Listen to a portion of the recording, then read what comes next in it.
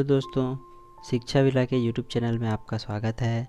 आज के वीडियो में हम पढ़ेंगे कि किस प्रकार भारतीय राष्ट्रीय कांग्रेस की स्थापना एवं विभिन्न क्षेत्रीय संस्थाओं, समितियों एवं संगठनों की स्थापना के द्वारा छत्तीसगढ़ में स्वतंत्रता के लिए संवैधानिक प्रयास प्रारंभ हुए।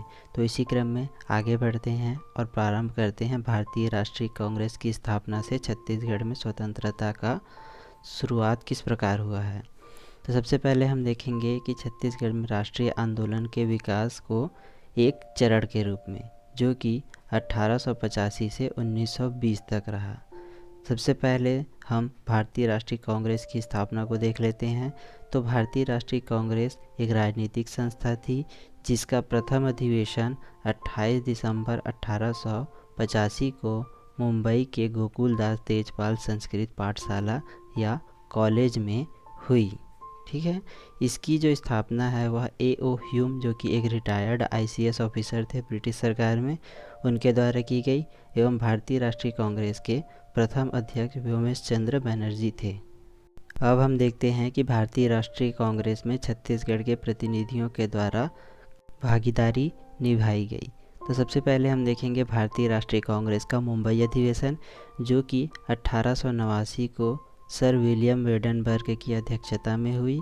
इसमें मध्य प्रांत और बरार से 214 प्रतिनिधि कांग्रेस अधिवेशन में भाग लेने के लिए पहुंचे थे। तो आपको पता ही होगा कि 1889 के समय छत्तीसगढ़ मध्य प्रांत और बरार का हिस्सा था। तो अब देखते हैं कि इस सम्मेलन में इस क्षेत्र से यानी कि छत्तीसगढ़ क्षेत्र से कौन कौन शामिल हुए थे। तो इस सम्मेलन में CM ठक्कर, पंडित रामदयाल तिवारी, माधवराव सप्रे और वामन राव लाखे शामिल हुए थे। इनका नाम मैं रिपीट कर देता हूँ। इस सम्मेलन में CM ठक्कर, पंडित रामदयाल तिवारी, माधवराव सप्रे और वामन राव लाखे शामिल हुए थे। ठीक है, अगला सम्मेलन नागपुर अधिवेशन के रूप में होता है, जो कि 1891 को हुआ था। इसमें छत्तीसगढ़ से CM ठक्कर, पंडित रामदयाल तिवारी, पंडित माधवराव सप्रे, वामन राव लाखे एवं बद्री प्रसाद साव शामिल हुए थे। तो यहाँ पर हम केवल उन्हीं अधिवेशनों पर विशेष ध्यान देंगे जिनमें छत्तीसगढ़ के प्रतिनिधि शामिल हुए थे। इसीलिए हम 1889 के बाद सीधे 1891 के नागपुर अधिवेशन पर आए हैं, जिसकी अध्यक्षता P. आनंद चार्लू ने की थी। तो इस अधिवेशन में CM ठक्कर, पंडित रामदयाल तिवारी, पंडित माधवराव सप्रे, वामन राव लाखे और बद्री प्रसाद साव शामिल हुए थे। ठीक है, नागपुर अधिवेशन में गांव के किसानों एवं मालगुजारों ने भी भाग लिया था और उन्होंने नहर कर और जंगल कर वापस लिए जाने हेतु प्रस्ताव पारित करवाए थे।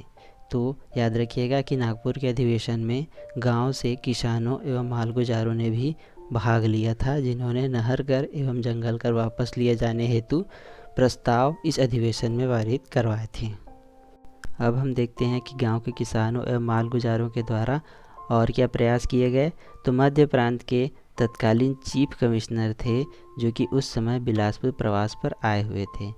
वहां पर छत्तीसगढ़ के किसान एवं मालगुजार इकट्ठा हुए और लगभग 20,000 किसान और मालगुजार इकट्ठा होकर नहर कर एवं जंगल कर को वापस लेने के संबंध में ज्ञापन देते हैं मध्य प्रांत के चीफ कमिश्नर को। इसीलिए यह सन और यह अधिवेशन आपको याद रखना चाहिए। ठीक है, आगे बढ़ते हैं। अब हम देखते हैं छत्तीसगढ़ में अकाल, जो कि 1894 को विशेषतः पड़ा था। तो सन 1892 को वुडवर्ड मध्य प्रांत के चीफ कमिश्नर बनते हैं और वे मध्य प्रांत के सभी क्षेत्रों का दौरा करने के लिए निकलती हैं। इस पर 20 जनवरी 1894 को अकाल पर विशेष रूप से ये रायपुर में छत्तीसगढ़ के राजा एवं जमींदारों का एक दरबार आयोजित करते हैं और दरबार में उपस्थित सभी राजाओं और जमींदारों से अकालग्रस्त जनता की सहायता करने के लिए निर्देश देते हैं। इसके कुछ वर्षों के बाद ही 1899-1900 के समय भी छत्तीसगढ़ समेत संपूर्ण भारत में अकाल की स्थिति निर्मित हो जाती है। इसीलिए छत्तीसगढ़ के बिलासपुर नगर में 17 मार्च 1900 को अकाल निवारणार्थ सभा याद रखिएगा, अकाल निवारणार्थ सभा डिप्टी कमिश्नर की अध्यक्षता में होती है। इसमें इंडियन चैरिटेबल रिलीफ फंड के नाम पर लगभग 6000 चंदा वसूला जाता है एवं ब्रिटिश अधिकारियों को पीड़ितों की सहायता करने के लिए कहा जाता है, परंतु ब्रिटिश अधिकारी जो है वे केवल अपनी जेब भरते हैं। यह घटना भी छत्तीसगढ़ के निवासियों में अंग्रेज़ों के विरुद्ध स्वतंत्रता के लिए एवं विद्रोह के लिए उत्तरदायी रहती है, इसीलिए यह घटना महत्वपूर्ण है। इसके बाद हम देख लेते हैं कि कुछ जो समाज थे जैसे कि ब्राह्मण समाज और आर्य समाज, उनका छत्तीसगढ़ क्षेत्र में राष्ट्रीय भावना को प्रेरित करने में किस प्रकार योगदान रहता है। तो 19वीं सदी में इनके द्वारा विभिन्न सभाओं एवं जो संस्थाएं थी उनकी स्थापना की गई थी। तो हम देख लेते हैं कि बिलासपुर ज़िले में कौन कौन सी सभाएं और संस्थाओं की स्थापना की गई थी। तो बिलासपुर ज़िले में Buddhi Prakash Sabha, teaching club, Bengal Nagpur railway institute Bilaspur की स्थापना की गई थी। तो बिलासपुर ज़िले में 3 बुद्धि प्रकाश सभा, टीचिंग क्लब और बंगाल नागपुर रेलवे इंस्टीट्यूट बिलासपुर की स्थापना की गई थी।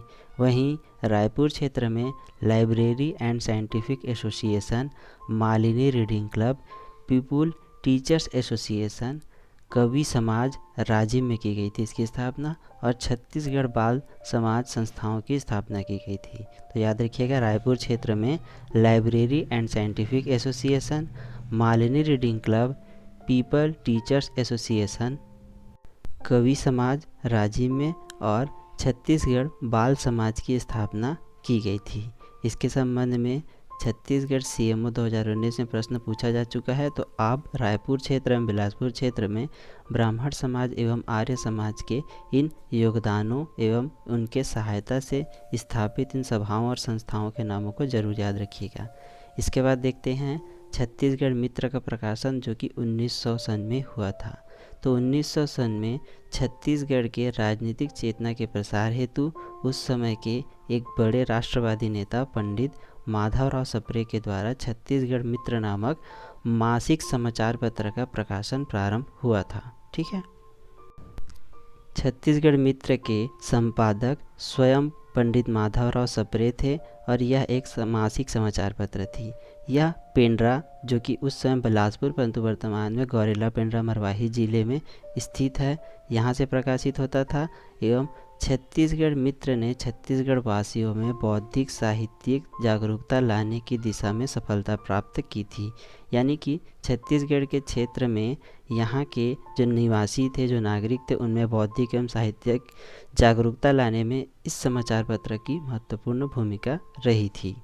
परंतु धन के अभाव एवं ब्रिटिश सरकार द्वारा इस पर अनेक प्रकार के प्रतिबंध लगाए जाने के कारण यह पत्रिका 3 वर्ष बाद ही 1903 को बंद हो गई। तो याद रखिएगा, 1900 में छत्तीसगढ़ के पेंड्रा नामक स्थान से छत्तीसगढ़ मित्र का प्रकाशन पंडित माधवराव सप्रे के द्वारा किया जाता था।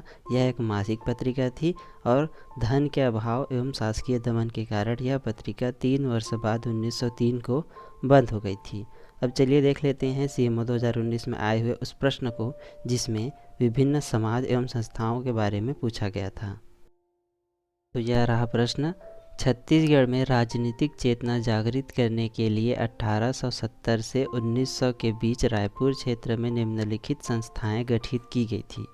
तो आपको रायपुर क्षेत्र में 1870 से 1900 के बीच गठित होने वाली राजनीतिक संस्थाओं के नामों को यहाँ पर बताना है। पहला है मालिनी रीडिंग क्लब, दूसरा है बुद्धि प्रकाश सभा, तीसरा है कवि समाज और चौथा है बाल समाज। तो इसमें आपको बताना है कि रायपुर क्षेत्र में इस समय पर कौन सी संस्थाएं गठित हुई थी।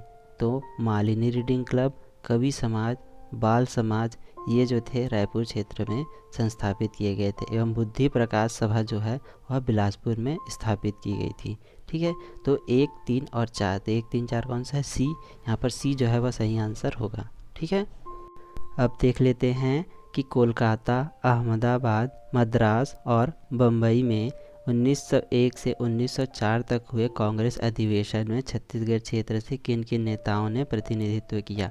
तो छत्तीसगढ़ क्षेत्र से माधवराव सप्रे, रामराव चिंचोलकर और वामन राव लाखे ने छत्तीसगढ़ का प्रतिनिधित्व किया था। ठीक है, माधवराव सप्रे, रामराव चिंचोलकर और वामन राव लाखे। इसके बाद 1905 में हुए कांग्रेस अधिवेशन को देख लेते हैं, जो कि बनारस में हुआ था और इसकी अध्यक्षता की थी गोपाल कृष्ण गोखले ने। इस अधिवेशन में छत्तीसगढ़ क्षेत्र से वामन राव लाखे, पंडित माधवराव सप्रे, पंडित रविशंकर शुक्ल, पंडित राम गोपाल तिवारी, बद्री प्रसाद साव और गजाधर साव ने भाग लिया था। तो कौन कौन भाग लिए थे? वामन राव लाखे, पंडित माधवराव सप्रे, पंडित रविशंकर शुक्ल, पंडित राम गोपाल तिवारी, बद्री प्रसाद साव और गजाधर साव ने इसमें भाग लिया था। इसके अतिरिक्त इस अधिवेशन की विशेषता यह रही कि मध्य प्रांत और बरार के प्रांतीय कांग्रेस नेता डॉक्टर शिवराम मुंजे ने दक्षिण अफ्रीका में भारतीयों की स्थिति पर अपने विचार प्रकट किए थे। यह तो रही 1905 में हुए अधिवेशन की कुछ विशेषताएं। ठीक है। इसके बाद 1905 में स्वदेशी आंदोलन शुरू हो जाता है। इसके बारे में आपको पता ही है कि जैसे ही बंगाल का विभाजन होता है उसके बाद दोनों ही जो क्षेत्र के लोग होते हैं यानी कि पूर्वी बंगाल और पश्चिमी बंगाल, ये बंगाल के एकीकरण के लिए एकजुट हो जाते हैं एवं स्वदेशी आंदोलन प्रारंभ हो जाता है। इसके बाद 1906 में होता है कांग्रेस का अधिवेशन, जो कि कोलकाता में दादा भाई नौरोजी की अध्यक्षता में होता है। इस अधिवेशन में छत्तीसगढ़ क्षेत्र से भी वामन राव लाखे, माधवराव सप्रे एवं पंडित रविशंकर शुक्ल प्रतिनिधित्व करते हैं। तो इन 3 नेताओं का नाम जरूर याद रखिएगा जिन्होंने 1906 के कांग्रेस अधिवेशन में भाग लिया था। ये थे वामन राव लाखे, माधवराव सप्रे और पंडित रविशंकर शुक्ल। 1906 में हुए कांग्रेस के इस अधिवेशन में वर्ष भर किए जाने वाले सभी कार्यों की एक कैलेंडर के रूप में वार्षिक कैलेंडर बनाया गया और इन प्रस्तावों के प्रचार प्रसार हेतु यानी कि इन कार्यों के निष्पादन हेतु राष्ट्रीय मंडलों का गठन किया गया था। नागपुर में गठित राष्ट्रीय मंडल में छत्तीसगढ़ के पंडित माधवराव सप्रे को शामिल किया गया, यानी कि नागपुर के अंतर्गत जो गठित राष्ट्रीय मंडल था उसमें छत्तीसगढ़ से प्रतिनिधित्व कर रहे थे पंडित माधवराव सप्रे। ठीक है। इसके बाद हम देखते हैं 1906 में पंडित सुंदरलाल शर्मा कांग्रेस के अध्यक्ष बने। ये छत्तीसगढ़ क्षेत्र के जो कांग्रेस होते हैं यानी कि प्रांतीय कांग्रेस, उसके अध्यक्ष बनते हैं कौन? पंडित सुंदरलाल शर्मा। एवं पंडित सुंदरलाल शर्मा 1906 में ही सन्मित्र मंडल नामक संस्था की स्थापना करते हैं, जिसका उद्देश्य समाज सुधार के साथ साथ छत्तीसगढ़ की जनता में राष्ट्रीयता की भावना को उत्पन्न करना था। तो याद रखिएगा, सुंदरलाल शर्मा द्वारा 1906 में ही यानी कि उनके प्रांतीय कांग्रेस के अध्यक्ष बनने के साथ ही सन्मित्र मंडल नामक संस्था की स्थापना की जाती है। इसके बाद हम देखते हैं 1907 में हुए कांग्रेस के अधिवेशन को, जो कि सूरत में हुआ था और इस अधिवेशन में छत्तीसगढ़ की ओर से पंडित सुंदरलाल शर्मा, पंडित नारायण राव मेघावाले, डॉक्टर शिवराम मुंजे प्रतिनिधित्व करते हैं। इस अधिवेशन में यानी कि राष्ट्रीय कांग्रेस के जो अधिवेशन होता है इसमें गरम दल एवं नरम दलों के मध्य मतभेद उभर कर सामने आते हैं एवं दोनों ही कांग्रेस के जो गुट होते हैं वे विभाजित हो जाते हैं नरम दल और गरम दल में। गरम दल का प्रतिनिधित्व लाल बाल पाल यानी कि लाला लाजपत राय, बाल गंगाधर तिलक और विपिन चंद्र पाल द्वारा किया जाता है एवं नरमपंथी नेताओं में पूर्व के नेता यानी कि गोपाल कृष्ण गोखले और दादा भाई नौरोजी जैसे बड़े नेता होते हैं। तो चलिए अब इसका आगे देख लेते हैं। तो सूरज अधिवेशन से वापस आते ही पंडित सुंदरलाल शर्मा, नारायण राव मेघावाले ने इस आंदोलन को लोकप्रिय बनाने के लिए धमतरी, राजिम एवं महासमुंद में स्वदेशी वस्तुओं की दुकानें खोली, यानी कि स्वदेशी के लिए इस अधिवेशन में प्रस्ताव पारित होता है और सूरत अधिवेशन से वापस आते ही पंडित सुंदरलाल शर्मा, नारायण राव मेघावाले ने धमतरी, राजिम और महासमुंद क्षेत्र में स्वदेशी वस्तुओं को बेचने के लिए दुकानें खोलते हैं। तो राजिम क्षेत्र में डॉक्टर पूरन सिंह, धमतरी में यादव राव जी एवं महासमुंद में हरि प्रसाद सोनी स्वदेशी वस्तुओं की दुकानें खोलते हैं। राजनांदगांव क्षेत्र से ठाकुर प्यारेलाल सिंह, मास्टर शिवलाल और शंकर लाल खरे ने खादी के प्रचार के साथ ही स्वदेशी आंदोलन प्रारंभ किया। तो ये रहे राजनांदगांव से ठाकुर प्यारेलाल, मास्टर शिवलाल और शंकर लाल खरे, जिन्होंने खादी के प्रचार के साथ ही स्वदेशी आंदोलन प्रारंभ किया था। इस आंदोलन का मुख्यालय सारंगमणि मुदलियार का निवास स्थान को बनाया गया था। तो सारंगमणि मुदलियार का जो निवास स्थान था वह राजनांदगांव के सभी स्वदेशी आंदोलनों का जो मुख्य केंद्र था, यानी कि मुख्यालय था। इसके बाद 1907 में ही प्रांतीय कांग्रेस का अधिवेशन होता है जो कि रायपुर में होता है। इस अधिवेशन की अध्यक्षता करते हैं श्री केलकर जी, और इस अधिवेशन के जो स्वागत अध्यक्ष होते हैं वे होते हैं बैरिस्टर हरि सिंह गौर। प्रांतीय कांग्रेस अधिवेशन में भी सूरत अधिवेशन का प्रभाव दिखाई दिया और यहाँ भी कांग्रेस दो दलों में बढ़ गया। तो जिस प्रकार 1907 को सूरत अधिवेशन में गरम दल एवं नरम दल का विभाजन हो जाता है, उसी प्रकार उसी का प्रभाव जो है वह स्थानीय प्रांतीय कांग्रेस अधिवेशन में भी दिखाई देता है।